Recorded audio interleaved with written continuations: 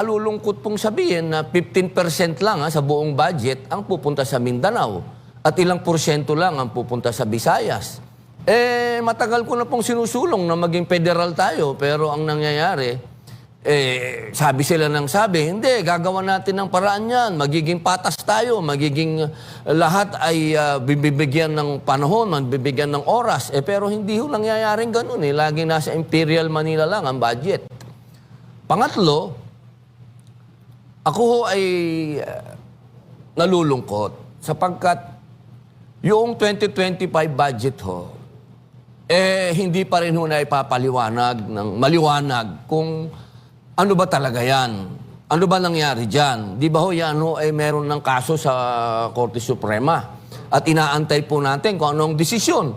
Bago ho tayo nag-aantay ng desisyon, meron na hong kadami-daming lumalabas na mga usap-usapan, pagbibintang dito, itinuturo dito na ako yun ho ang pinakamasakit December 23, meron hong naglabas ng mga larawan ng mga senador na sinasabi na nakasama doon sa NEP, doon sa National Expenditure Program.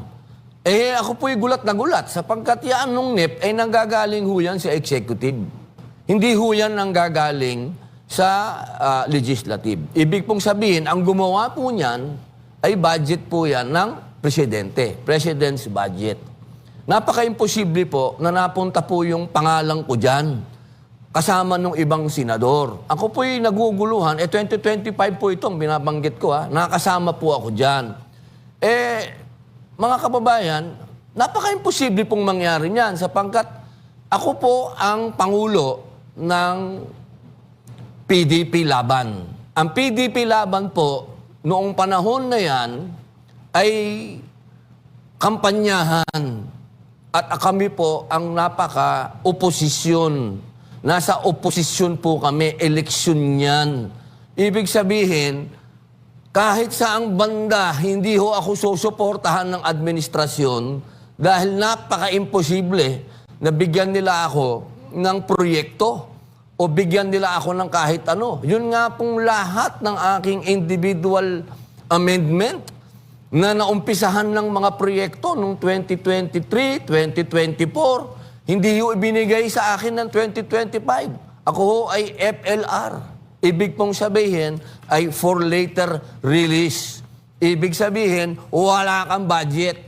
Paano pong nagkaganon? Nawala naman nung logic siguro yun na yung opposition president bibigyan ng presidente ng proyekto. Sabi ko ho, dapat siguro linawin muna yung 2025 bago tayo makapasok dyan sa 2026. Dahil napakadami pong question ng mga tao dyan. Isipin po ninyo, nandiyan din yung flood control, mga ghost project dyan sa flood control na yan, na kung ikukumpara po ninyo, ang budget po natin doon sa 2025, 6.3 plus. Ngayon, na nagkaroon na marami ng iskandalo, nagkaroon na ng andaming investigasyon, turuan dito, turuan doon, 6.7 ng budget, tumaas pa, imbis na bumaba. Kaya po ang daming mga katanungan na hindi po nasasagot ng bulat-latan talaga Yung akin po kasi, inuulit ko po, saludo po tayo kay Senator Sherwin dahil siya na nag-umpisa ng pinaka-transparent na po ito. Maniwala po kayo sa akin, ito na po ang pinaka-transparent sa lahat na inabutan ko mula 2022 hanggang ngayon. Pero siyempre po, andyan pa rin po yung mga katanungan. At ang pinaka-$1 million question po dyan, paano kami napunta dyan sa NEP? Yun po.